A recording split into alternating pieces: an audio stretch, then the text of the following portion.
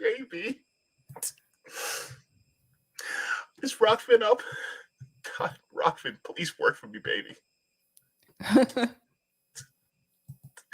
Today's not the best day of all days. Oh, JB.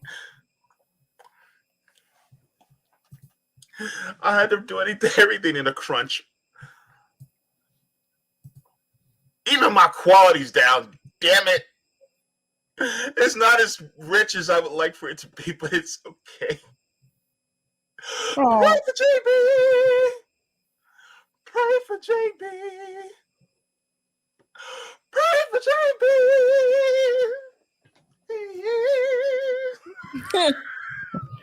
Oh, JB having a rough day. Oh, JB's having a rough day. Yo, oh my gosh. I'm here. Oh my God, I'm here. Okay, all right. We're a little bit late. I do apologize to everybody. Welcome to the Sabby and JB show. Really, it should be the Sabby Sabs 2.0, because JB is kaputs out of it right now. Look, the Sabby and JB show, we stream every single Thursday at 6 p.m. Eastern Standard Time, except for today at 6:07. Thanks, JB. It's all JB's fault. Sabby had nothing to do with it, okay? I just want to let y'all know it's my fault that everybody's late, okay? I had a doctor's appointment. They were running late. Then made me run late.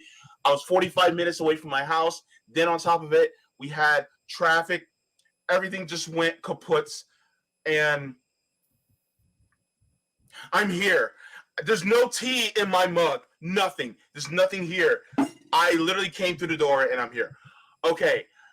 So, look, please forgive me. Shit. Oh, by the way, thank you to everybody who's on Patreon. I know this is not the quality that you guys have been paying for, but we'll make it up for you later. But thanks for everybody that's on Patreon, everybody that's here. Sabby, how are you doing? I'm doing great. It's been a busy. This is a busy week. Plus, we have our summit this weekend, so there's just a lot going on. Lord. Anywho, all right. So thank you. I know it's busy. CBC voter, so good to see you in the chat. Nice to have you. Greg, so good to see you here, hanging in there. Hugo Gutierrez says, saw the Dahmer series on Netflix. This was good. Interesting. Well, I have a lot to say about it. I have a lot to say. I know. That's going to be the primary story we're going to talk about. Steve Wolfbrandt also says the Dahmer series on Netflix was good. Interesting. Okay, we're going to talk about that too. Oh, by the way, anybody right now, please, if you're on Twitter, Facebook, Reddit, I don't care, share this right now. Let us know. Let people know that we're live right now so that, you know, and I'll get to it in a second, but I'm seriously rushing right now. I don't know why I'm here, but whatever. Anyway, Steve Wolford. I know, Sabs. I know. Look, pray to Thor for me, or Vishnu, whoever. I don't care. I know Sabby's looking at me like, JB, calm down. Yeah. Steve Wolfbrand, good to see you. All right. Cobra Commander, Cobra says, this is going to be a weird... Yeah, you're right. This is going to be a weird stream for me because I love games and serial killer docs. Oh boy. Lord. Oh boy is right.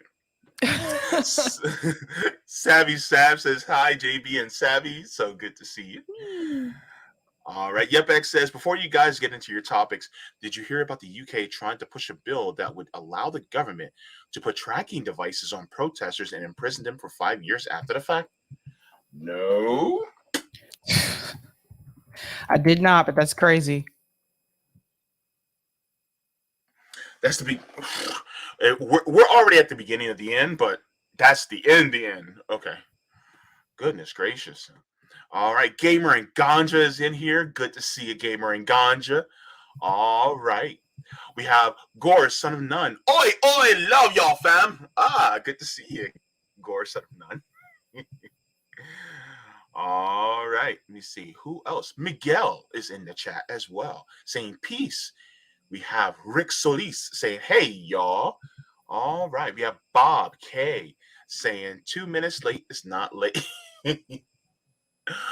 Well, according to Black people time. All right. Who else do we have? Cherry Connolly says, hi, Sabby, JB, and fam. All right. So good to see you. Hey, Terry. Arif says, repeal the Taft-Hartley or bust. Okay. We have Roman Smith.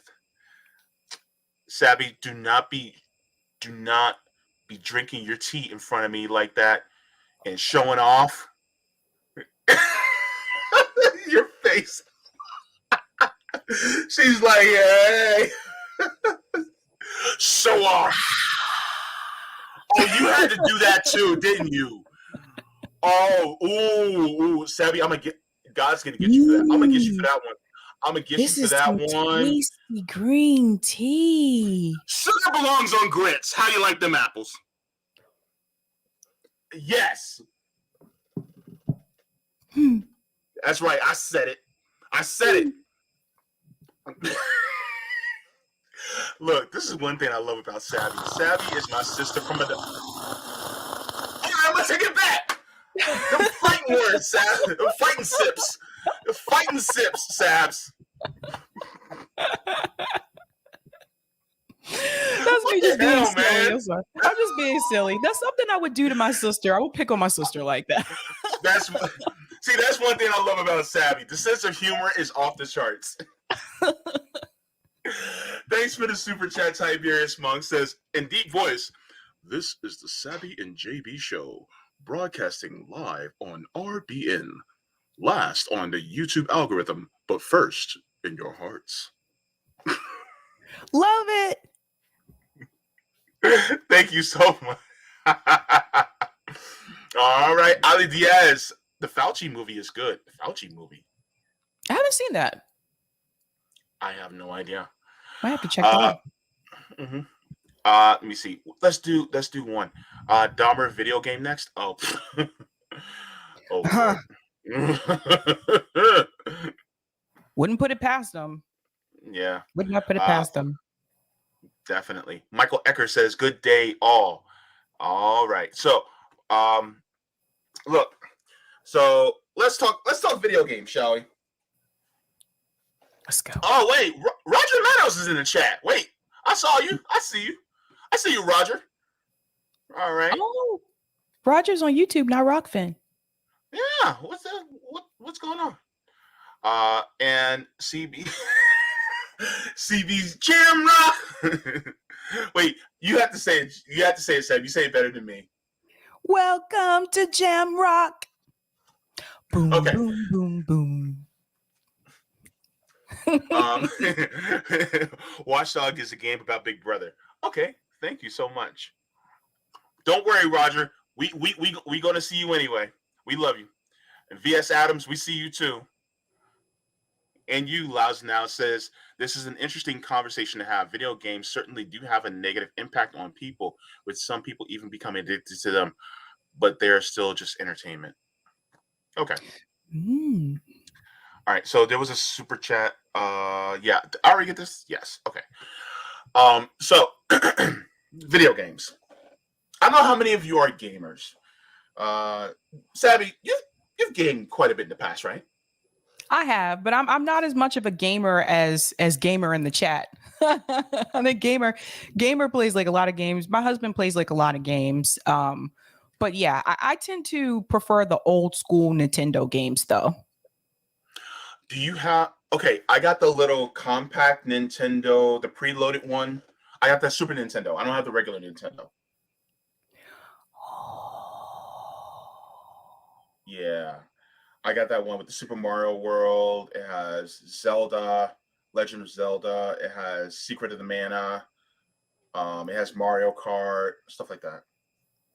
We have all the old school Nintendo games on a Raspberry Pi.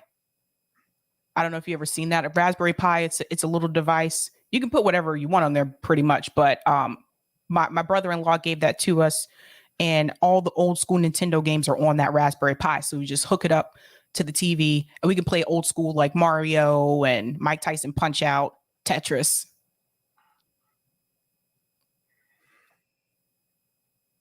Raspberry Pi. Yeah, look it up. Okay. Hold up. It's like this tiny. It's really small. And he put a bunch of those games on there. So it's really cool, you know, because like we have PlayStation. I don't know the numbers of them. I forget them. What? So yeah, like we wouldn't have anywhere, like we don't have space to put like the original old school Nintendo. So he got us that Raspberry Pi, which is really small, and it just fits right on the TV stand. It's tiny, tiny. Wait one cotton picking minute. Let me share my screen really quick. Hold on. you just wait. What? Yeah, Raspberry Pi. Yep. So if you scroll down, we have, or scroll up one bit. Yeah. So the third picture. This right here? That little thingy. Yeah. No way. Mm-hmm. It just takes up less space, you know? And then you don't have to go buy the games because like my Nintendo I had was when I was a kid, so that didn't last. Neither did the games, even after blowing in them. Yeah, so you can get something like that and just put them on there. Mm-hmm. Oh, what? I'm sorry. Yeah. Yeah, I'm a tech nerd, JB, so Savvy just saved my life. Savvy just saved my life. Oh my. Ooh, I gotta get. Ooh. That's look. Savvy and hubby, I love y'all. Look, y'all invited to my wedding if I ever get married. Thank you. I had no idea. Yeah. Mm-hmm. Okay, things have changed. Wait.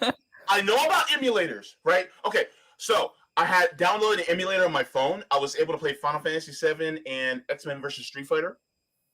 Yeah. Until I got a new phone, and then because that one just went kaputs, and I forgot to download it on here. But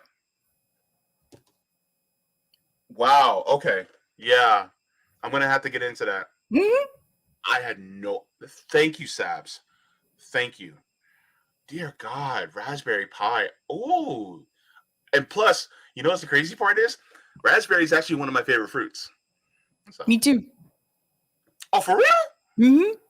Oh, girl, we're gonna have to get into some raspberry tea. Mm-hmm. Oh, yes, we're gonna have to get in some raspberry tea. All right, I got you, I got you, Sabs. I got you. All right, we're gonna make some raspberry things happen. We're gonna ooh okay. Raspberry Pi. Yeah, Raspberry Pi. Okay, so I want to get the thought not just of you, but to everybody also in the chat. And I think we kind of touched on this before. But when it comes to video games, I really should have gotten my boyfriend in on this too, because he's a gamer. Oh well. But has the the design quality of games has definitely improved, right? Right. But a lot of times, a lot of people, as far as the aspect of gaming itself, I guess the financial structures of gaming, it feels like it's gotten worse over time. What are your thoughts on that? Video games are definitely more expensive nowadays. And not only that, but I also noticed too, like you have video games now that require you to purchase other accessories to go along with the game in order to play the game. And that's some of those online games like Fortnite. They want you to buy skins, right, in order for you to play. I mean, it's not really fun to play it if you don't have skins. So the video gaming industry has found a way to make even more money off of it by asking you to purchase other things. So how is this a little bit different? When I, played old school Nintendo, it came with like Mario, the original Mario. There Mm-hmm. was an option to get these video game magazines. And I remember I used to get those, but it wasn't necessarily required, right? Like, did you need to have a video game magazine in order to beat Mario Brothers? Not necessarily. But if you No. had the video game magazine, it will reveal certain secrets. Like in Mario 3, there were the whistles. You had to find, if you could find those and you can jump ahead, right? So Mm-hmm. it would reveal those like in those magazines, but still it was optional. But now Mm-hmm. you notice the video games, they're more expensive. There's all these other things you need to have. Like, depending on the game you're playing, you may have to have a headset. Like my husband has this thing, like this headset where he talks to people and they talk back to him while he's playing the games. Mm-hmm. People have like the gaming chairs. Like, this is a gaming chair, but I don't game in it. People get like the gaming chairs. There's all this other stuff that you have to buy to go along with it now. So it's more expensive now than it was before. Yeah. Oh, by the way, another thing that I've learned, I think I saw this on TikTok, was that they said the gaming chairs, as far as it being comfortable, they said that they're not really made for comfort or Right. for long time comfort. They said if you really want an actual gaming chair, get an office chair, which is kind Right. of funny. Mm-hmm. And so and they said that they market gaming chairs so that, for gamers, but it's like, why do you market a gaming chair for a gamer when all you need is just an office chair, which is probably cheaper? But Yeah. Yeah. I think for some of the people that do the online games where they can see like who they're playing against and stuff like that, like some people get it for show, like for fashion, like, ooh, check out my cool gaming chair with my LED lights underneath my TV and stuff like that. So some people get all into like, I think the Mhm, appearance of it and they like that. mhm, But the gaming chairs, they're supposed to offer support. mhm. And the idea is that you're not supposed to be sitting in it for like 7 hours. Well, Well, that, that's the other thing where people will game for hours and hours. yeah, I mean, especially me and my teenage years. Oh my lord, especially on an RPG. Dear God, eight, Yeah. 9, 10 hours, easy, just on there. Just like for me, Final Fantasy 7, and then give me 8 hours. Give me 8 hours. Mhm. Some brisk iced tea and a few snacks, and I'm good. With Yeah, and bathroom breaks in between. there's also like these open world and RPG games now that there's no Mhm. ending, like Skyrim. Like I remember like when we got that game, I was like, "What do you mean it doesn't end?" Like, well, technically, there's really no ending. You can play forever. I'm like, what? Like, what? So it can keep you occupied for a long time and sometimes distracted too. This is the song that doesn't end, and Yeah. it goes on and on, my friends. Some people started singing and not knowing what it was, and they'll continue singing it forever just because this is the song that does it. And you just can't, you're not supposed to Yeah. stop. Yeah. Yeah. Yeah. So yeah, as my opinion is, and one of the things that you're referring to is what we call oh my god, I almost said LCDs, DLCs, but DLCs is basically an acronym for downloadable content, and so that basically means that the games aren't actually finished, but they'll Right. put it out to you, sell it to you for like $70. You pay $70 for an unfinished game, and then in order to get the finishing parts of the game, you have to pay more for it. Yep. So it's like, has capitalism ruined games? You know? It would have been like purchasing Super Mario Brothers 3 and you only have access to worlds 1 through 5. And if you wanted 6 through 8, you had to purchase an add-on like later on That to get to the end of the game. that is bullshit. Cause I'm like, why are we tolerating this? Right? And then don't get me started on the microtransactions that happen in all these games, and it's not just video games, but for the skins and things like that, like you were referring to, but also in a lot of these like mobile games.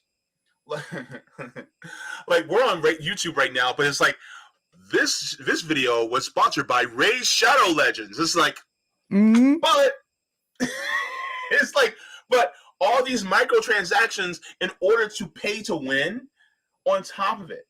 So it's just like gamers really can't be gamers like they used to back in the day. No. And it's like the enjoyment of actual gaming is becoming the pursuit of profit is kind of is ruining it. Yeah, and it's making it expensive. Like, I mean, for people who are, financially struggling, like a lot of times they can't afford to do this stuff, you know? Yeah. And I mean, back in the day, I couldn't afford, like I didn't get a regular Nintendo till I was 12, which is holy shit, that was 1996. So yeah, I didn't get a Mhm. regular Nintendo till I was I was 11. I was 11 when I first got. So about 1995, I didn't get my first actual video game system until I was 11. And that was a regular Nintendo. And then soon after I got a Super Nintendo. And then I got a Super Nintendo when everybody else already had a PlayStation, right? And so because being poor, you just didn't really have access to those things. Well, that's another thing too. These video gaming systems are incredibly expensive now. So you'll see people camping outside of Best Buy to purchase like the new Xbox or the new PlayStation, and it's like $500. We all know when it first comes out, there's going to be bugs and there's going to be glitches with that gaming system. They give them time to work out the kinks, right? But everybody wants it like right when it comes out. So you'll see parents camp out to get this device for their kids, and some adults to get the device for themselves. Let's be real. Yeah. But then it's like, then you have to deal with the bugs that come along with it and things like that. And it's like, and then next thing you know, like a year and a half later, they're already putting out another gaming system. And you can't use the games that you already have on the new system. So you Yeah. can't use, like, if you have PlayStation 4, you can't use, wait, there's PlayStation 5 now, right? Yeah. It's I PlayStation think 5 so. now. So you can't use PlayStation 4 games on PlayStation 5 games. So you end up with these pile of gaming systems because you Yeah. don't, if you get rid of it, then in order to play those games, you have to keep that system. Yeah. Well, I mean, it's the issues of backwards compatibility, right? Like these games is like, for instance, like a PS5 definitely has the technology and computing power to operate a PS4, a PS3, a PS2, and a PS1 game. They have the power to do it, right? But the problem is that they just don't.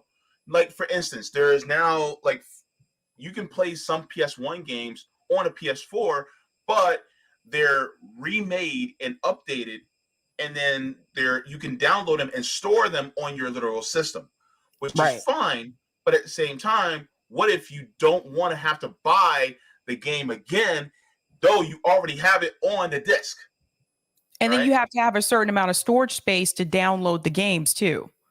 Yeah, like for So that's instance, the other thing. yeah, like I should I confess this? People will be wanting to try to steal my game. Anyway, I have Marvel versus Capcom 2. I know it's super expensive now, but back then it wasn't. But Marvel vs. Capcom 2, if you look for Marvel vs. Capcom 2 on PS2, that game is like $300-400 if you try to find it on eBay. Anywho, but if I want to play Marvel vs. Capcom 2 on a PS5 or PS4, I can't, right? Right. And you can't download it because they haven't made it available for that, right? That's right. So, in order to play a Marvel vs. Capcom 2 game, you either have to have it for Dreamcast or for PS2. I used to have the Dreamcast game. That's a whole nother story. I don't want to get into it. I'm very bitter about it. I had Marvel vs. Capcom 2 on Dreamcast, and yes, I had a Dreamcast. Oh, don't get me. Oh, I'm still bitter about it. I'll tell you guys the story next time. But anyway, but the thing is that you can't do these anymore. And why is that? Because if you make it more backwards compatible, that means that the games that you would, if you got it backward, if it was all backwards compatible, then that means the older games that they may be able to still, you may be able to still purchase.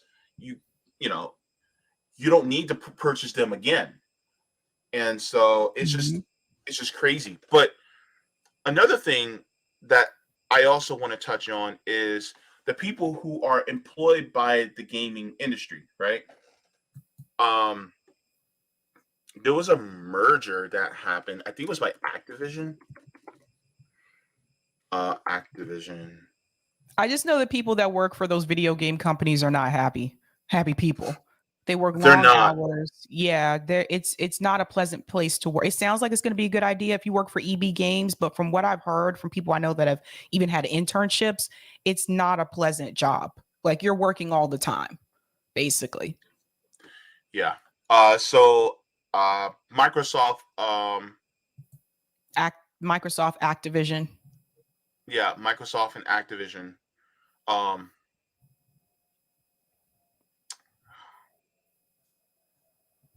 gosh, I can't. It's not allowing me to see this article. Uh-oh. It's like what? It's like you have ad blocker on, so you can't see it.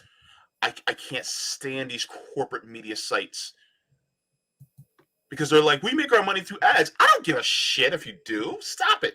I don't care. Just give me the article. Um, gosh, I'm sorry.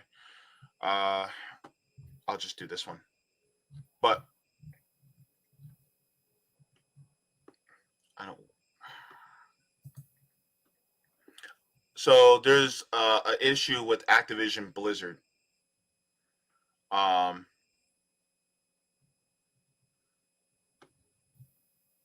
that a lot of people are in uproar about too. Um,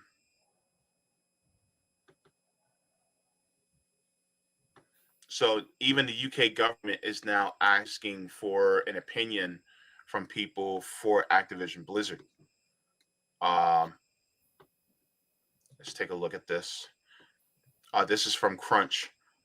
It says, picture this disgruntled staff of gamers hunched over computers, hastily typing away at foreign language of code, hoping to pump out anything before the impending deadline.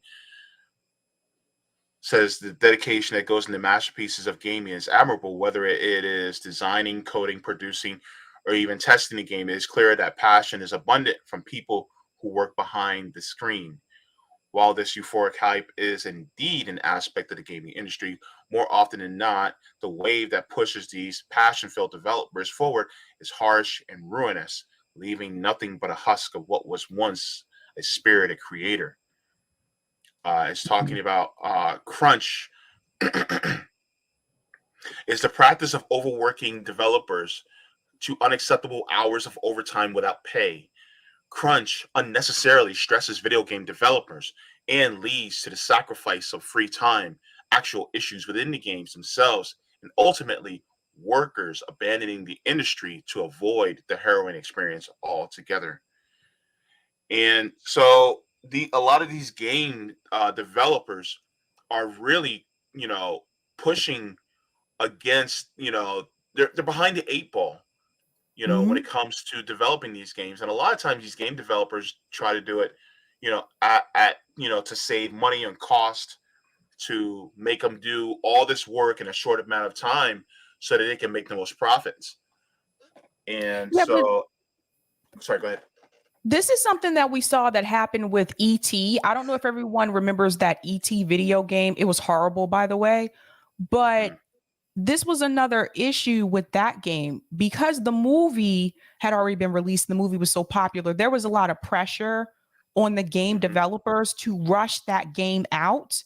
And so mhm, you guys got to watch this if it's still on Netflix. There's a documentary on Netflix where they talk about, I think it's 10 episodes where they go through talking about just the whole video game industry from the very beginning and to where it is now with the RPGs. And one of the things that they talk about is the pressure that was put on those game developers to rush and get those games out. So when ET came out, like this guy was pulling all-nighters. He was like, I got to get this done. And then finally handed it over to his boss and said it's done. And the game was a total flop. Total Wow. flop. But Wow. if he had been given more time to get it done, then Mhm. it could have been better. But because there was that pressure, you got to get this done like immediately. The game ended up being really crappy. And there was a lot of like, you know, pushback. Like there was a lot of anger about that game because people felt like they were duped into getting it. It was supposed to be this next big thing. And then they were like, this is absolute garbage. So is it better to just take your time and produce quality? Or Mm. is it best to rush and get it out because it's popular topic and then risk getting that backlash from the viewers?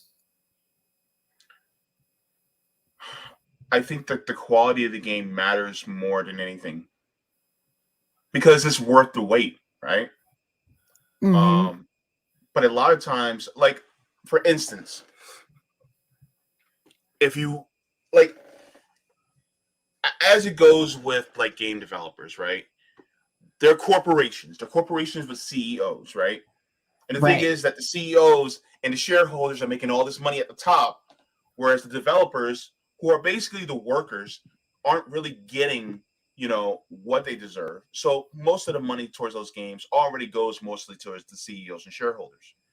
With that being said, I honestly do think that if the video game companies were actually owned by the developers, then would it take longer? Maybe. Maybe it might take a little bit longer. But at the same time, the quality of the games will be way better. But this also is the same thing with the VFX artists for different studios like Marvel and Warner Brothers. Well, Disney and Warner Brothers, really. But the competition is so fierce now. It's so different from like when we were kids, there was like Nintendo and Mm-hmm. Sega came onto the scene, but now it's just like the competition is so fierce, cash grab, you per 99. Yeah, it just everybody's just like, what's going to be the next big, game, the next big thing? And RPGs are incredibly popular now, right? Yeah, they So used to be that's very unpopular. Yeah, right. Because remember, what is it? World of Warcraft. I think that was like the first one that I knew about. Technically, like open world RPG. Like when that yeah, came out, it was like this is the game that like nerds play. Like it's not, it's not supposed to be like a yeah, cool game. But now, you know, a lot of people are into like the RPGs and stuff like that. But those are incredibly complex to make because look at how much must go into that when you're programming an RPG. When you get to pick what your character looks like, you get to pick the clothes, the yeah, hair, and everything, and it's open world. So I can only imagine like yeah. how much time it takes. Well, and shout out to my boyfriend. Love you, Tony. Um, but they just came out with the trailer, and now video games have trailers. Um, they just came out with the trailer for the new Final Fantasy 16, right? And there was somebody I was actually watching last night. I didn't even get to finish, but this person was talking about the failure of Final Fantasy 7 remake. Blasphemy. Blasphemy, you know. And I'm gonna be honest with you. This person was talking about all the gripes they had with Final Fantasy 7 remake. And as they were talking, I started to go, holy crap. This person is on point with every single criticism that they've had of Final Fantasy 7 remake. Are you Because serious? yes, and as an avid lover of Final Fantasy 7, look, I started playing that game when I was 14. I fell in love with RPGs from that game. Final Fantasy 7 remake has had, even though the graphics are gorgeous, the the imagery is beautiful. They have there's so much there's so many parts where they're like, here's Sephiroth in the background. Here's Sephiroth, and it's like you didn't even realize Sephiroth was that big of a part of the game until after like the first like few hours of you playing it. Like to you, the big bad was Shinra, right? But they keep alluding to it in the remake, and it's like you don't even really see Sephiroth until you don't see Sephiroth until I think after you leave Midgar, and they have Sephiroth imagery throughout the entire remake, and I'm just like, dude, why? But I'm really shocked by this.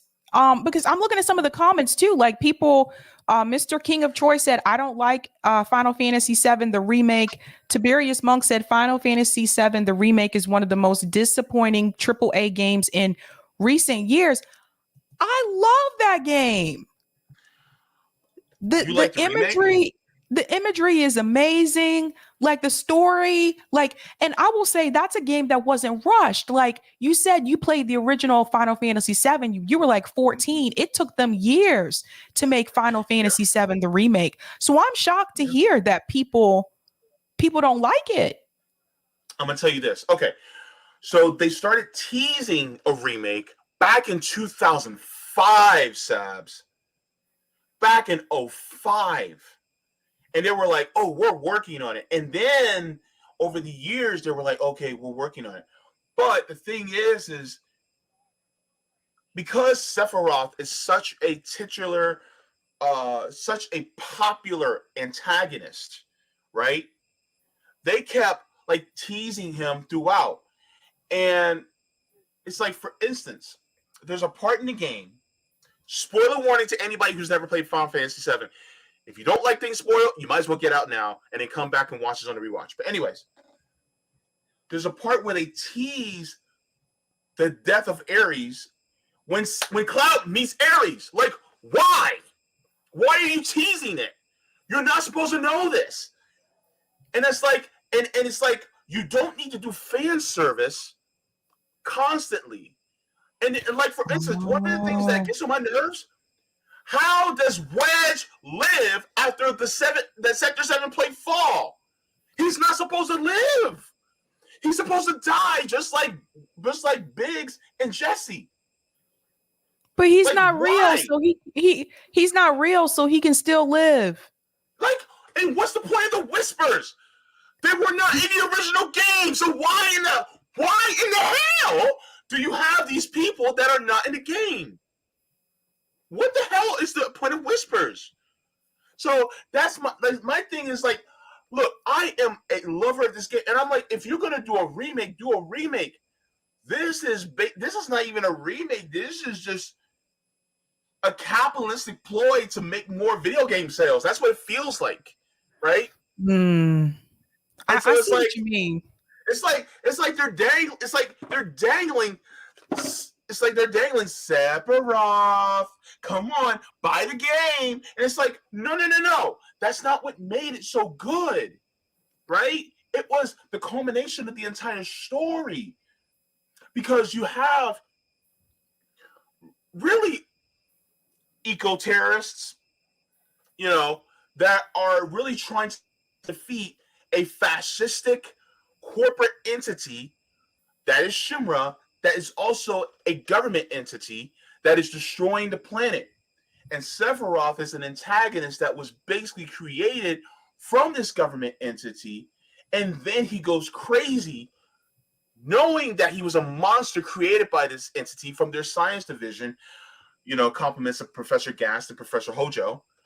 And so then he ends up trying to destroy the world, but really Sephiroth was really chickens coming home to roost because of the efforts of the Shinra Electric Power Company, which also owns the government. So that's basically what it is. Yeah.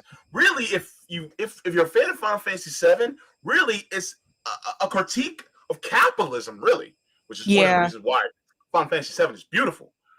But the thing is that they're taking the game and there's so many things like that In fact, I'm going to put the link to that video that I was watching in the chat because it was just I'm just like, what? Are you Yeah, because I kidding want to me? see that. Yeah, it's I like a want to see 2 hour that video. review. It's a video. It's a video essay. It's really good though. But I'm telling you right now, baby, he breaks it down. Septian, Well, my heart, Septian. I feel you. Septian said, I'm at work. Did I hear Final Fantasy VII, the remake was bad? I need a safe space. I feel I'm you. sorry. I feel I'm you. sorry. Septia, I'm sorry. I didn't mean to break it to you like this. Never sorry. But look, there's a lot of discrepancies with the game itself. Actually, let me get to that. Well, one thing I will say, in reference to the money aspect, and this is expensive too, but over time, it might be the cheaper option, and that is to have a gaming PC. So that way Yeah, you don't have to keep going out buying all these different like gaming devices. Then the next PlayStation, the next Xbox, the next, this, that. Like if you have a gaming PC, and like I said, it is expensive, then you don't have to worry about that. Or you can build one. yeah. So if you know someone who's an engineer, you get your little engineer friends together and say, let's build a gaming PC. So another thing, and I just remembered this, like for instance, because one of the biggest issues with Final Fantasy VII Remake is that Final Fantasy VII was released in its entirety at one time. It was 3 CDs, but it was in a pack of 3 CDs, right? Final Fantasy VII Remake is being released in parts. So the first part is just Midgar. And then you have to wait 2-3 years before they come out with the next part. So you have to wait. And it's like, well, why is it taking so long? If they didn't have you doing all these little side quests, right? All these little puzzles. Like for instance, you have to do these odd jobs around Sector 7. You didn't have to do this in the original game. Like, I don't want to be looking for people's kids, but unfortunately you have to. You have to spend time picking flowers. Like, like, and so it's like they drag the game out just so they can make more money off the game. So that they Right. can do it in another stage and then another stage. And that's the problem. It's like you guys could have done it in its entirety or even just in 2 parts, right? You guys could have did it. And you guys could have even did it in multiple parts, but released it all within the same year. You could have did that, but you guys had to drag it out by doing all these games. Like, why in the hell do I have to meet Tifa's landlady? Right. Well, this is another thing too, right? Like growing up, we didn't have games that did this. Yeah. Like when you bought a game, you got the whole thing. There was no, here's Super Mario Brothers Part 1, Part 2, Part 3, Part 4. Like, no, it was just all one game. Same thing, Mortal Kombat, Street Fighter, like all those kind of games that we played, it was just all one thing. So I think they found another way to make more money off of the video game industry. And I would also add too, when they changed the video game content to be more appealing towards adults, that is also what brought in more revenue for the video game industry. They're like, look, we're not going to make video games just for kids anymore. We're also going to make adult video games. So that brings in people who may not have been big in video games, but they like sports. Okay, we got Madden. You can play Madden. You can play NBA 2K. Like you can play all those different things. So they found a way to appeal to different demographics to increase their revenue. And that's fine. Like for instance, I remember my brother playing the Madden 95. I remember it, right? The thing is that now it's like, well, the $70 for a brand new game isn't enough for them.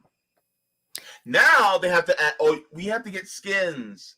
And now you have to have DLCs and all these other different things. And I'm like, just finish the game and then put it out. Look, just finish the game and put it out. Stop it with the whole, oh, well, we're going to give you unfinished game, and then you have to pay extra for the downloadable content, and then on top of that, you got to pay for skins on top of it. So in the end, by the time a $70 game ends up costing you $200, like what? Why? And that's greed. Because the thing is, we can't afford this. And this is the thing about capitalism. Capitalism has ruined games. Capitalism has ruined dating. Like, look, I'm sorry, but I'm gonna say this. And look, y'all, people get mad at me for saying this, but capitalism is one of the biggest cock blockers I've ever seen it before in my life. Let's be real. It is.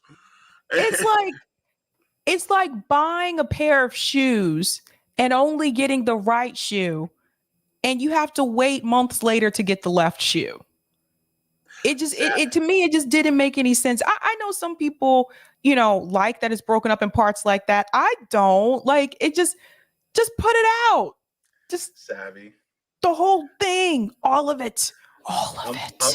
I'm like a proud brother right now. You want to know why I'm so proud? Why? Because you're using analogies like JB right now. All right. You are killing it with the analogies tonight. Savvy is on fire. One shoe for you. One. Yup. The other one got thrown at George W. Bush.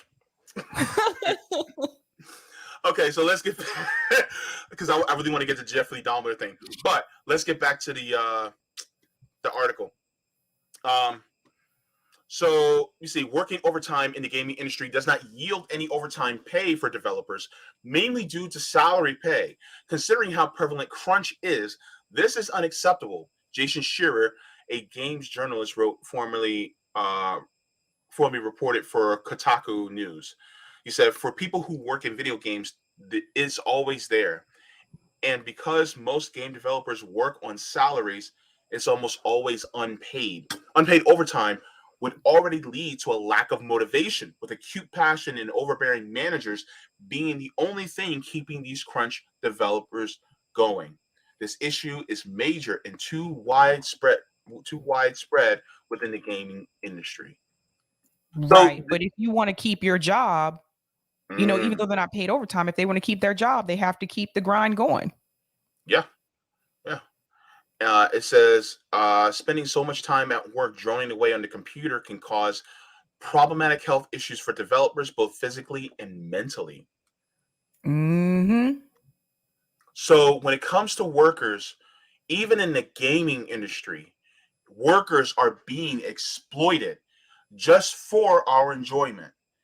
Right. And then not only are game developers getting shafted, but also those of us who are gamers are getting shafted. And, in our wallets, just so that we can continuously, have something to enjoy, because we can't even go out to eat like we want to because we can't even afford that anymore. So the cheaper thing to do is to actually have a gaming system. But you know what else too, in reference to like the money aspect, there's just so much money that goes into it. And, some people can afford to do it, and I understand that, but I also feel like it has become somewhat lazy. Like when I was growing up, like I couldn't save my game. If I died, look, if Mario fell off a cliff and that was my last life, I was dead. You had to go back and start the game over from the very beginning. Now you can save your game, go right back to the spot where you ended, and you don't have to start all over again. No, JB and I had to suffer. Back in my day, we used to have to walk uphill in the snow for 5 miles just to go to school. You knew when it was over. If Mario fell off the cliff, you'd hear that. It was done. That was it. No more lives. You start back over from World 1, Episode 1, and you do it all over again. That's how it used to be. Now it's just like, oh, I died. I fell off this cliff. Oh, let me go ahead and hit save and save the game. And you were timed. For some of these games, you had a certain number of time limit to get through the level. And if you didn't get through in time, Mario would just freeze up and his hands would go up in the air like this and he would just go, dude, like what? No, there was a lot of pressure, man. It was harder back in my day.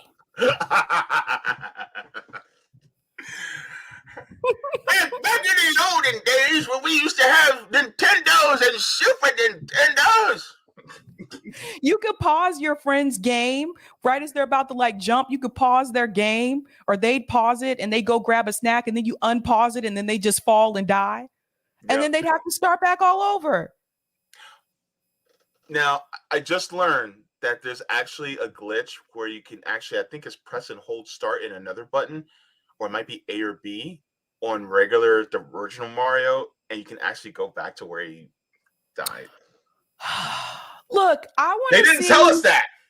I want to see kids today. I want to go see them play that Ninja Turtles game, which I don't know anyone till this day that has beaten that game. Oh. I want to see them play the Ninja Turtles game. I want to see them play Mike Tyson Punch Out. I want to see them play, what's the one with the Spider-Man game, the first one? Like, those games were tough. Those games were hard. Yeah. Ooh. I'm still trying to get through Yoshi's Island. Dear God. It's just like the competitiveness is gone. It's I don't know. It's just not the same. Not the same. Worry. Punch Out was rough. Yeah. So yeah. So what I'm gonna do is there's a lot. Yeah, the side-scrolling games, some of those. Yeah. Some of those games slapped too, man. They were great. You know what? I would love to see an updated version of just like today's graphics, but side-scrolling. I would love to see that. That would be great. And by the way, while I'm on live right now and I have 160 people watching, look, to anybody who's running Capcom, I have something to tell you. If you could take Marvel vs. Capcom 2, particularly Marvel vs. Capcom 2, and either get some new people and then some of the original people and have it kind of like that, still 2D, but have it the graphics of Dragon Ball FighterZ, and then release it on PS4 and PS5, I'd appreciate that very much.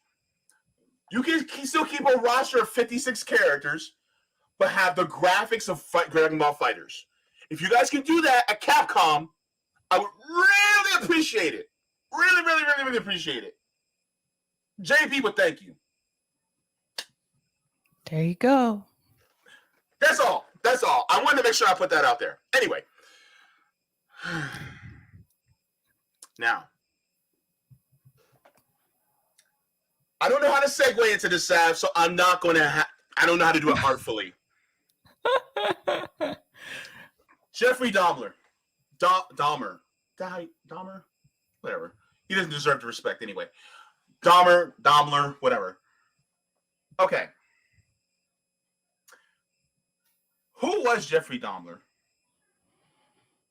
And why is he so popular now, Sabs? Well, let me show you. So I feel like I'm from that movie.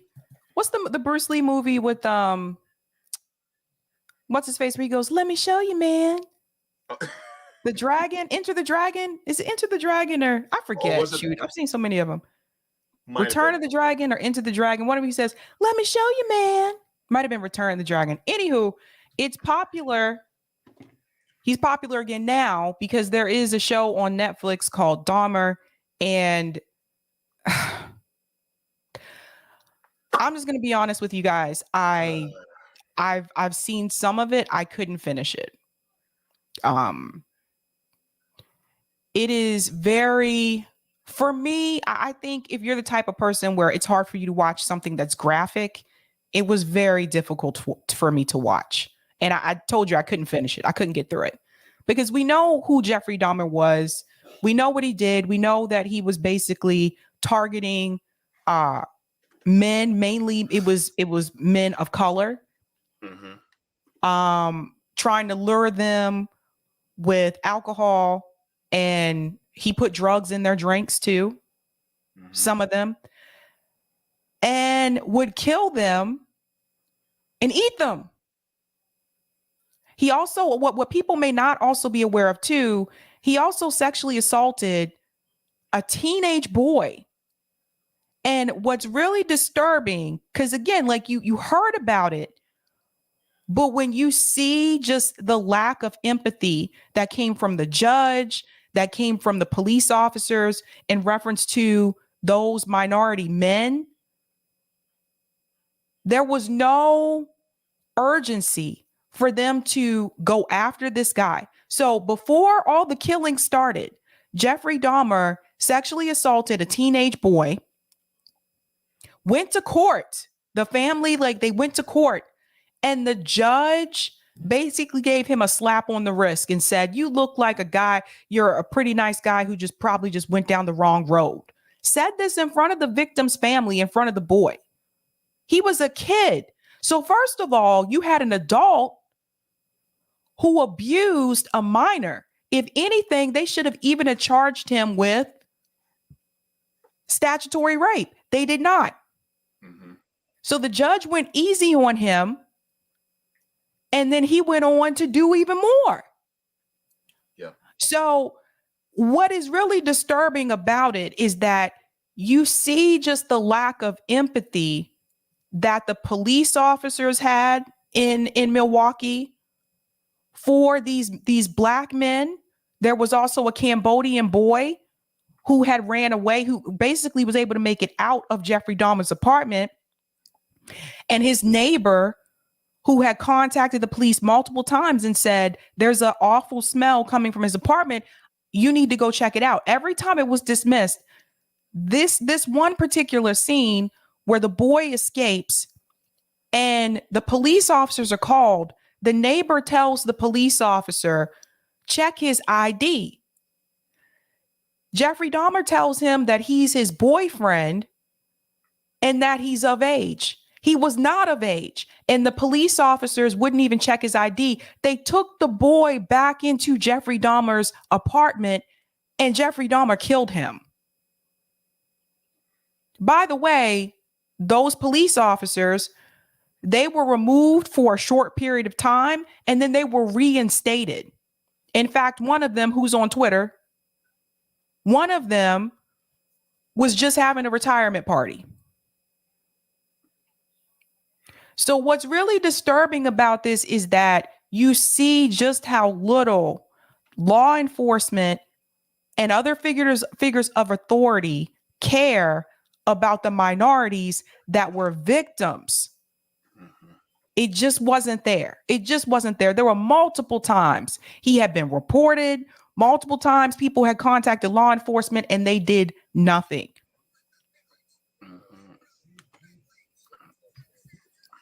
It's difficult to watch. I will tell you, I couldn't finish it, but I know, JB, you know something else about what some of the families, like what the LGBT community is saying about this as well.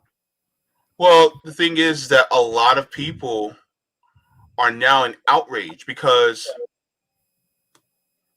what Jeffrey Dahmer did was to mainly queer black people, right? And so because of what he did, you got now some queer people going on apps like TikTok and expressing their physical attraction to Jeffrey Dahmer and saying, "Oh, I would have been dead, if I saw Jeffrey Dahmer around me," because they thought he was physically attractive. And people are going, "Wait a minute. You're not realizing the trauma that somebody like Jeffrey Dahmer did to the black queer community." And the fact is that, and I think you were telling me about this, that they didn't get permission from the families who were of the victims, for this Netflix series. Yeah, So there's a lot of the problem that some people have with this series. And again, it's up to you if you want to watch it. But the problem that some people have with this series is that they kind of make it seem like Jeffrey Dahmer went down this road because he was neglected as a child. And if you're not careful when you're watching this, mhm, it, it can kind of make you feel sorry for Jeffrey Dahmer instead of feeling sorry for the victims. That's the problem that some people are running into when they watch this. yeah, And there's more that goes into it. Like his parents, Jeffrey Dahmer's parents made money off of Jeffrey Dahmer's crimes. And I don't know if a lot of people realize that. They were paid to do these interviews, to write books. Like they mhm, made money off of it. And not only did they make money off of it, they defended their son. The father mhm, at least did. mhm. That he didn't have the best upbringing. Oh, so that gives him an excuse to just go kill people and eat them? But that's peak white privilege, though. I'm sorry, but the thing is that let it have been somebody black that did the exact heinous thing that Jeffrey Dahmer did. Like that person would have never gotten, even close to that. And the fact is that he was reported on by the police over and over and over and over, and they kept on giving him a pass. With that being said, it's like, wait a minute. Uh, for people to, and some people are actually saying that this pisses me off. Some people are saying that the Netflix series wasn't gory enough. Yep. And I'm just like, wait a minute. Are you telling me that, like, and I think this kind of goes into the whole profiting off black pain, black trauma that constantly happens. And it's like, wait a minute. And then on top of it, you know, queer black drama, people who are gay, trans, bisexual, like, what about us? Right? And it's almost like it's kind of nonchalant, like, you guys really don't matter, you know. And I'm not saying that nobody should watch this series. That's not what I'm saying. Is that when it comes to putting things in perspective, it's more towards why are people, I'm not talking about, everybody. I'm saying why are some people looking at him in this positive light? Like, Mm-hmm. oh, he's attractive, or oh, he or it's not gory enough. It's like, do we really matter? And you got a lot of people who push back on the whole phrase Black Lives Matter, and I'm like, well, apparently our lives don't matter, because if somebody made a gory story about what happened to somebody like Jennifer Kessie, well, people wouldn't be saying that same thing. But or if somebody did something about Casey Anthony, right? And I Would think it be? people have to understand like how this impacted the gay community in Milwaukee at that time. He was going to gay nightclubs and targeting those men. He was drugging men. Some of them were drugged at the club. Yeah. And so there was one club, and you'll see this in the show. There was one club where the bouncer or the manager, whoever he was at that point in time, had caught on to what was happening and told him he was not allowed to come in there anymore. Mm-hmm. And so that's one club, but like he was still going to different bars and lounges and stuff and targeting gay men and men. It was men of color. It was black men, Cambodian. Like it was terrible. Yeah. And another thing that people may not realize, he was living in a black neighborhood. Yep. So it was a target. Mm-hmm. Yeah. He targeted black people, especially black queer people. You know. And And so, to see like the father, his dad, like make up these excuses. Well, I don't think he had the best uh upbringing. Bullshit. I know people who grew up in the hood that had hell of a lot of worse upbringing than Jeffrey Dahmer did. yeah, yeah. And so, um, let me go to.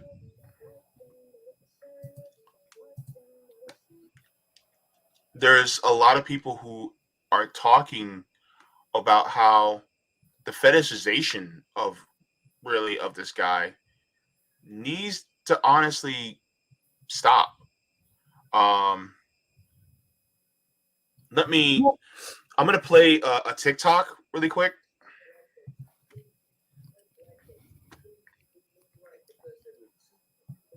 There's. I'm trying to. Okay. All right. Here's what I'm gonna do. I'm gonna play this TikTok really quick, and this is from the Conscious Lee.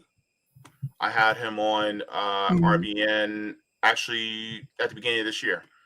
So uh, I couldn't find a way to pause it, but I'll just click on the video and it starts. So this is gonna be interesting.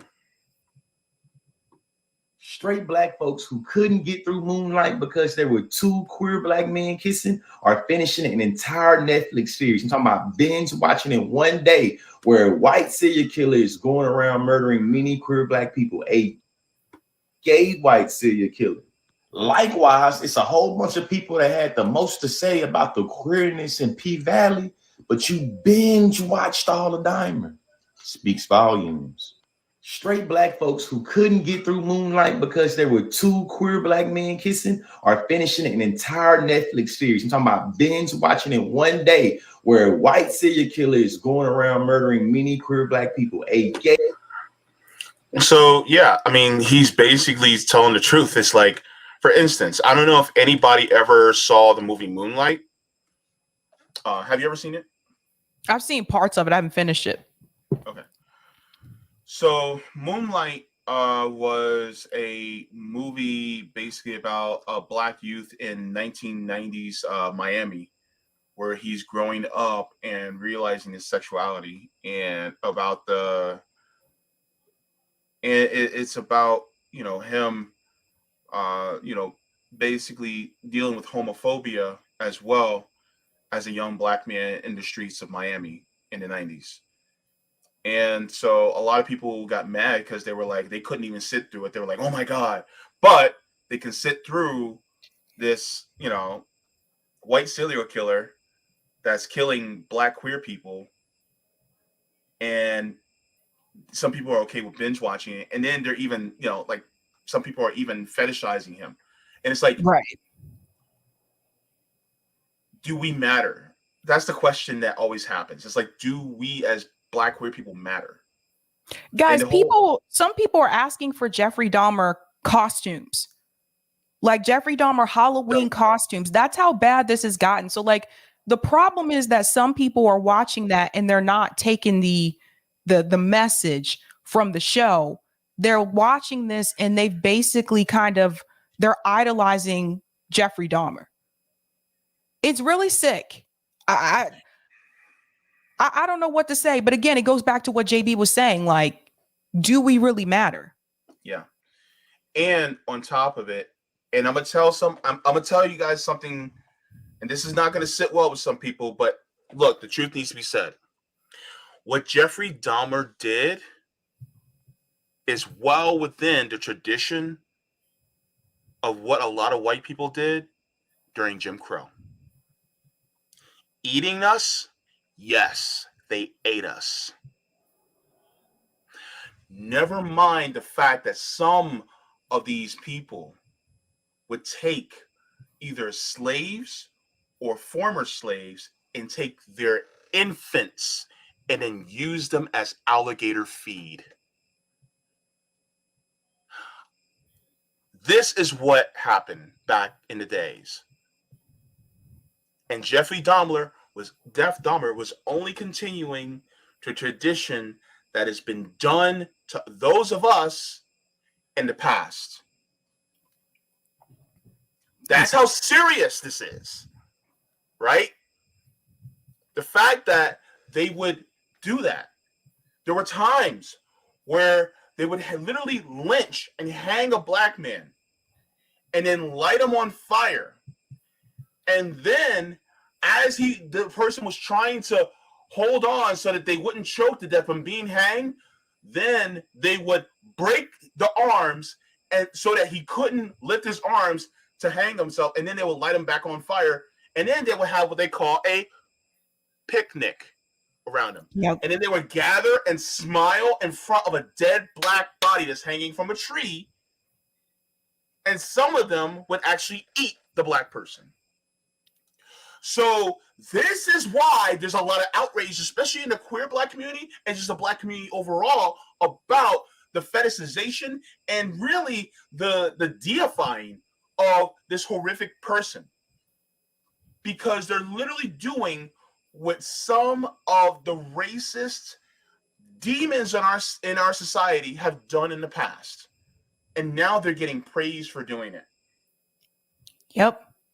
This is the part about, slavery and Jim Crow that you're not taught about in school. Yeah. It's way more graphic than what you've been taught. And you got some people on YouTube talking about, oh, well, people complaining about are just woke.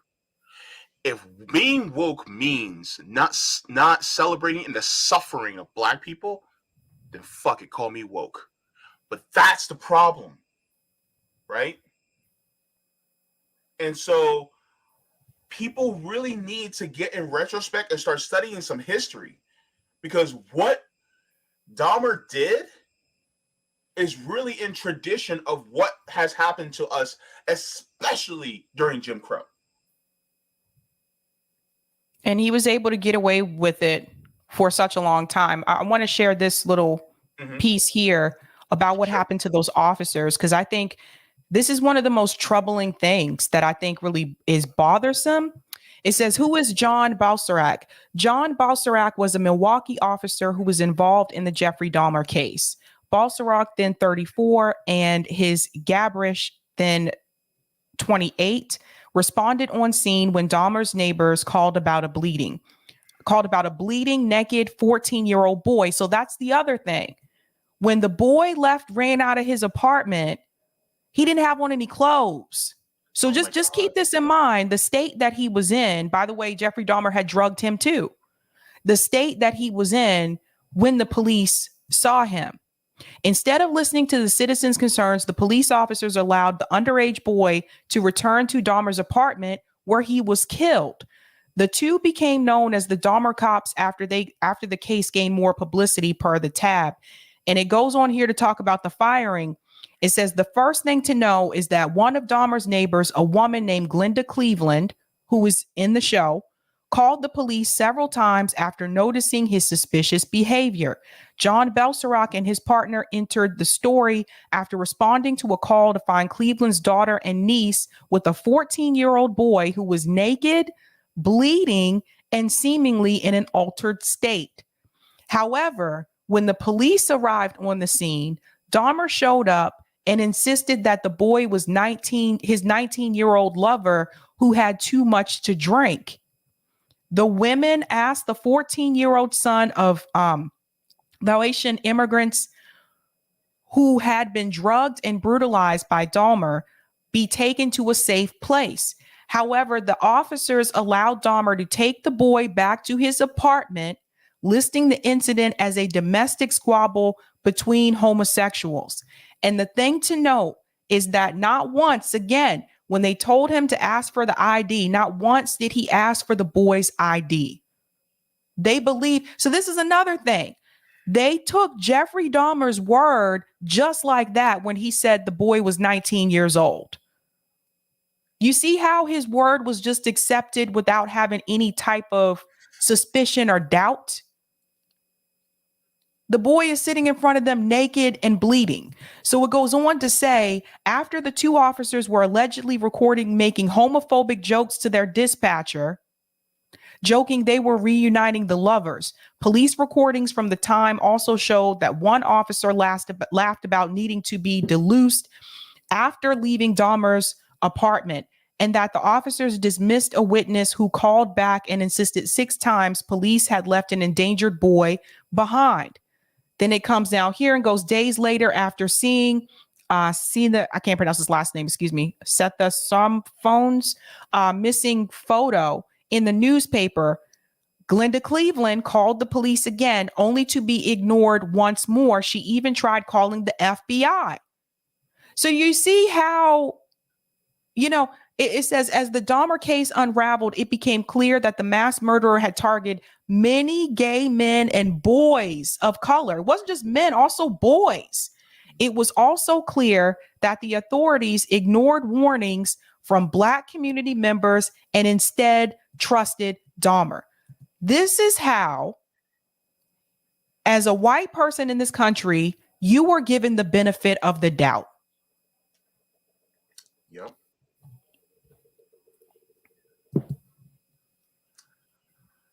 And they wonder why people are screaming Black Lives Matter.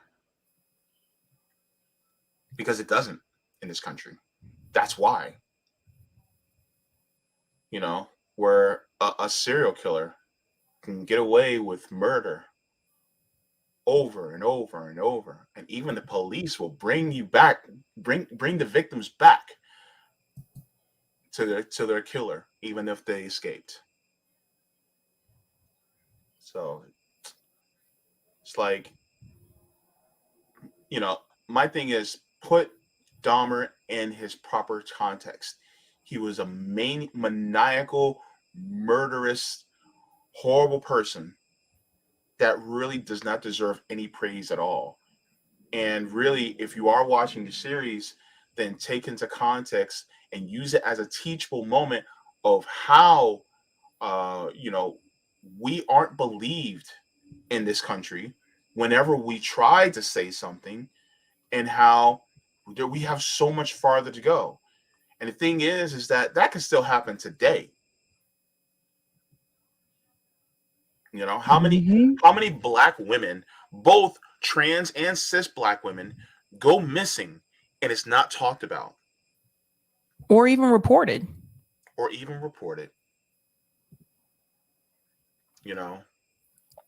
And there's so many of us that go missing that are, victims of human trafficking or victims of violence.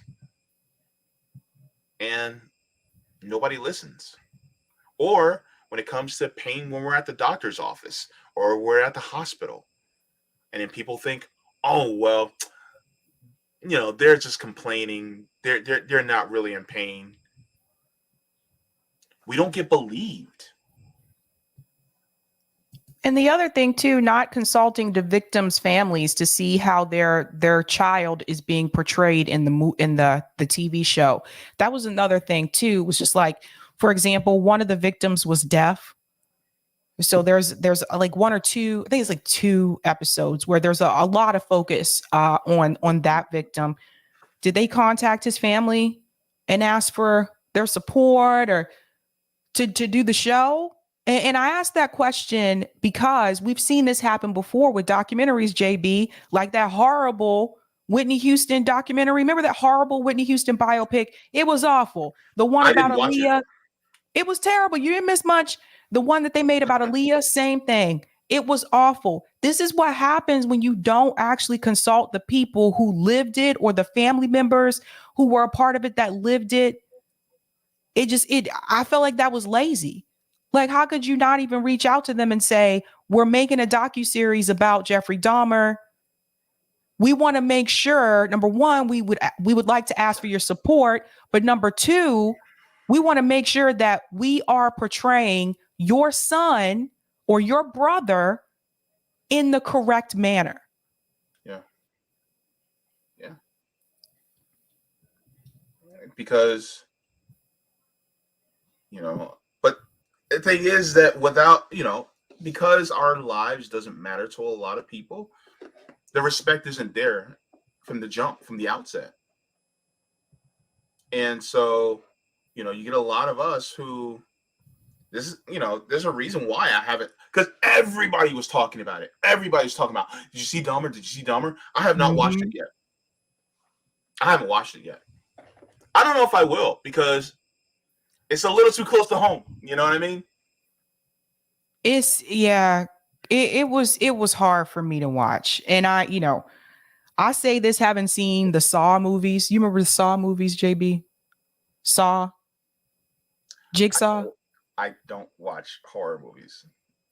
That's not really hard. Well, I mean that's more like thriller. But anyway, I say this having seen the Saw movies. With this, like it's real. These were real people. Yeah. I'm at a point right now where it's just like people talking about, wanting to dress up as Jeffrey Dahmer and things like that. It's terrible. Just put on a witch's outfit or Dracula or vampire outfit. Why y'all gotta be an actual serial killer? You know? Gosh. But that's the controversy surrounding it, and that's some of the things behind it. Um, I want to make sure that I get to the super chats really quick Mhm. before you go. Cyberpunk 2077 is a perfect example of video games ruined by capitalism. This game came out as a $60 glorified demo, and that is some old BS. Mm. I heard a lot of people had a lot of problems with that Cyberpunk game. Yeah. Oof.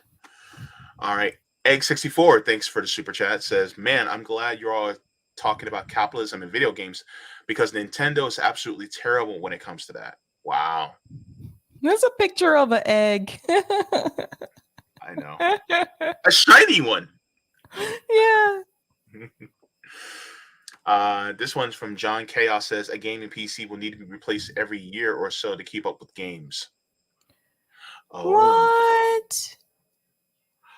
Oh, because games are now, I guess games are updated. Yeah, but I thought with gaming PCs, I thought that wouldn't be an issue. I don't know. I'm not sure, but I'm I'm I have to curious ask. about that. Yeah. Let me see. Nebulous, thank you for the super chat. It says Tony Podesta has a sculpture in his home. Some say is in homage to his monster. Go figure. To this monster. Really? Tony Podesta? Who's Tony Podesta? That sounds familiar. Let's see. Yeah. Not related to John Podesta, right? Uh, Yes. Yeah. I hope. John Podesta's brother. That's what it says. John Podesta's brother. Oh my God. If that's true, boy. Jay the Informant says the families were upset, even held Twitter spaces. Wow. I had no idea. Yeah. Yeah, it was What? a big deal. Like, I don't know. Wow. Okay. There's also some comments on Rockfin. I want to make sure I get to those as well. Woo! This is wild, man. Let me grab this one too while you're doing that. Thank you for Oh, the super chat, Bernard. White dude from Quebec, loving RBN, four of the best. Thank you, oh, Bernard. thank you, Thank Bernard. Thank you. you. Thank you so much. Um, and if there's any I missed, Sabs, please I think you if got you him. okay. All right, thank you. Okay, so good to see you, Fred Edward, JVB. Good to see you. Roger Meadows says, ET, yes, I remember that happening real time savvy. They were rushing to get it out by Christmas. Let me take you back. Sega and Nintendo used to make cartridges for ColecoVision, which was a setup from Atari 2600 in 1976. Then, when Coleco came out with ColecoVision, 1982, then Atari came out with the 5200. All right. Thank you so much. Ben Smith says, no, you see the clones. Okay.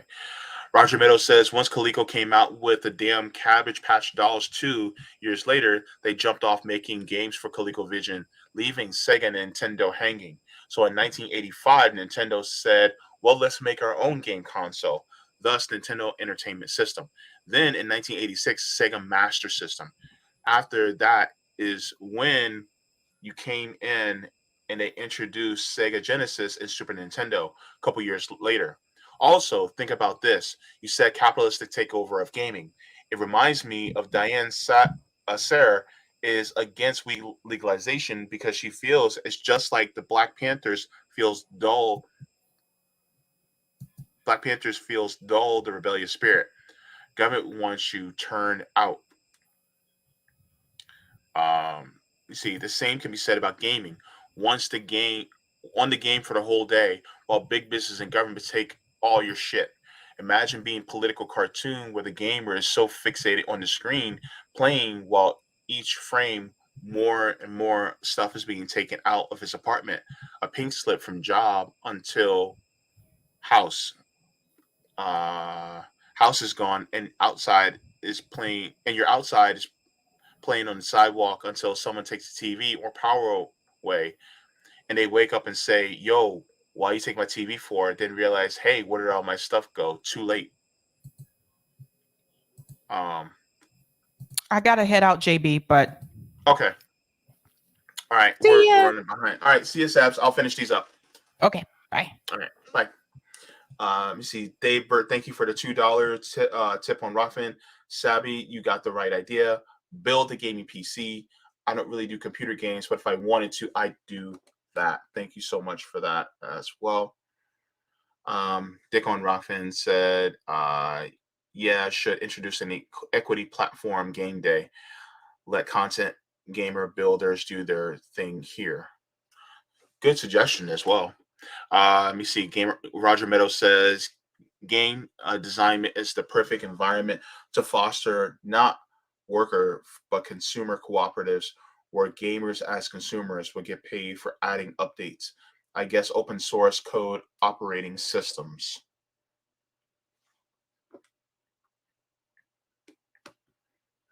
And Roger Meadows ends with saying, speaking of serial killers, the original actor Ted White, who played Jason Voorhees in the second to fourth Friday the 13th movie, died at 96 years old a couple days ago. Oh, wow. Okay. Whew. Okay. Oh, boy.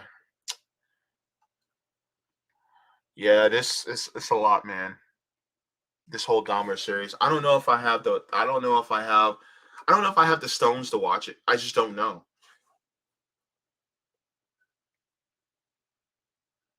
I don't know if I do, but at the same time, it's like it's like there's a hype behind it. It's kind of like WandaVision, right? Watching WandaVision had a big hype around it, right? I watched WandaVision. It was Agatha all along. So watching that, it was it was cool, right? And because I like the video game movies and stuff, but watching but the hype behind Dahmer, it's just like I don't know. I don't know if I'll ever watch it. Because if it was hard for Savvy, and Savvy, she likes horror movies. So if it was hard for her, I don't know, man.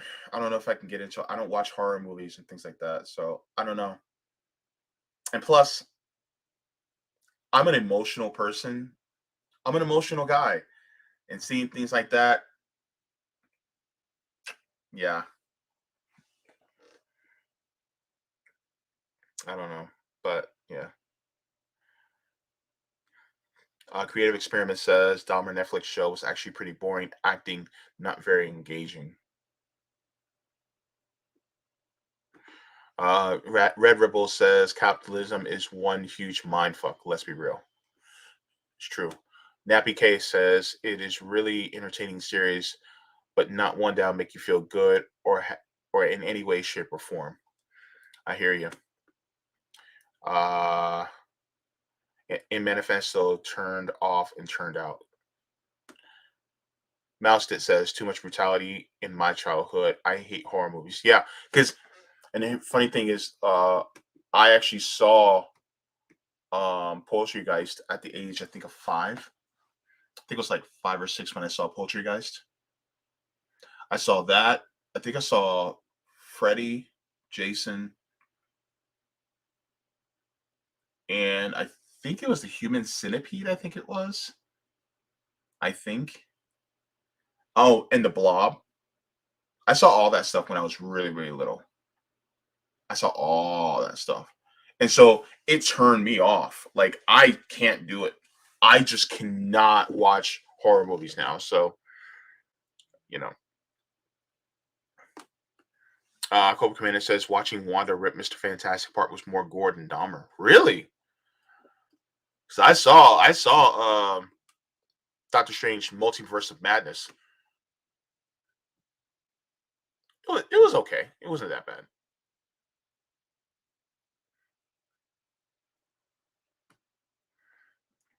Bernard Molly said, I seen it. I seen it at a young age and was terrifying. Watch it now. It's terrible. Wow. So yeah.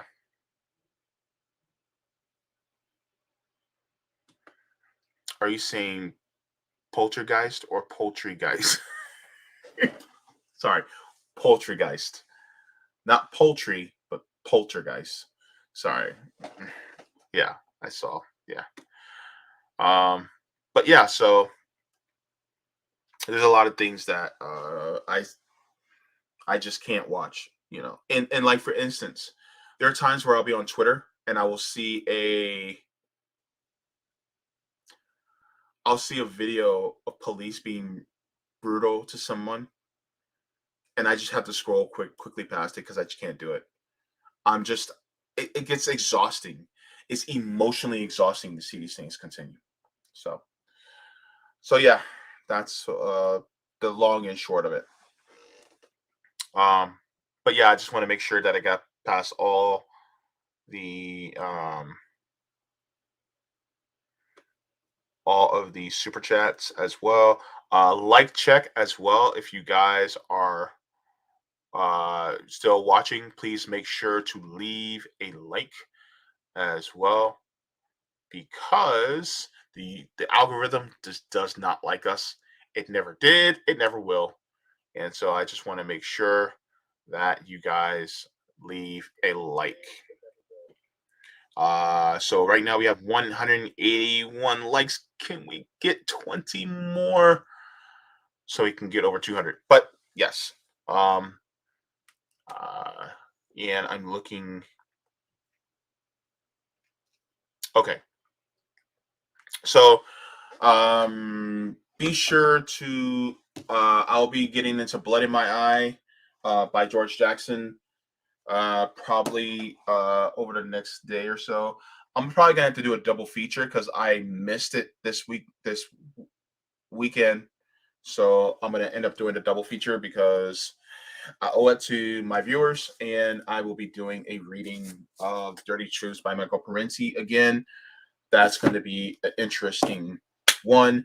Also, be sure to tune in to this weekend for the Activist Summit. The Activist Summit is this weekend on the 22nd and 23rd. So we're going to be doing that. So I'm excited for that. I'll be doing a summit with queer activists on Saturday at 5. And then at 4 p.m. and 5 p.m. on Sunday, we will be doing a disability panel as well as a Medicare for All panel as well. So we're going to be doing that as well. So it's going to be great conversations. Yes. Thank you to everyone who's also a patron on Patreon. If you would like to support us, please become a patron on Patreon, as well as if you would like to get notifications, please make sure to get to us on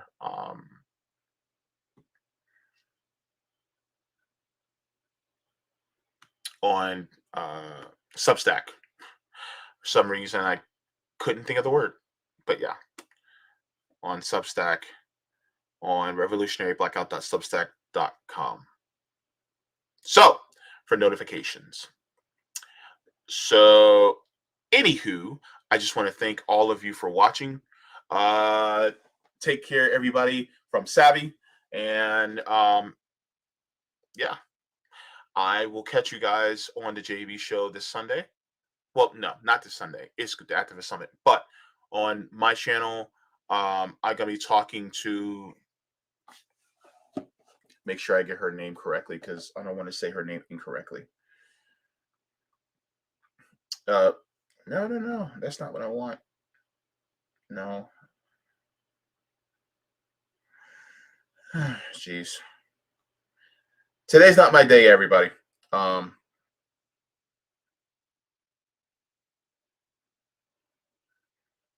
on. Okay.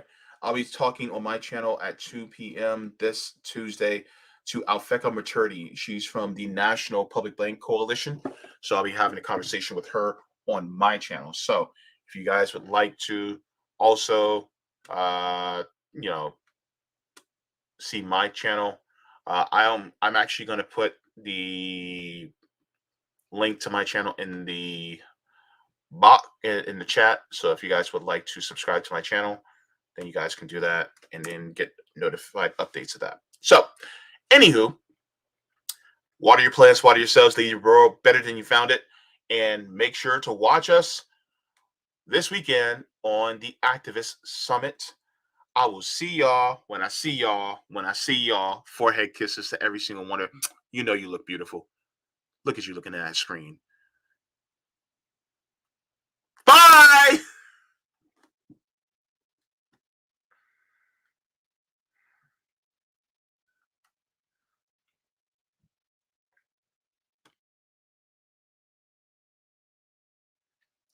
Doobie doobie doo.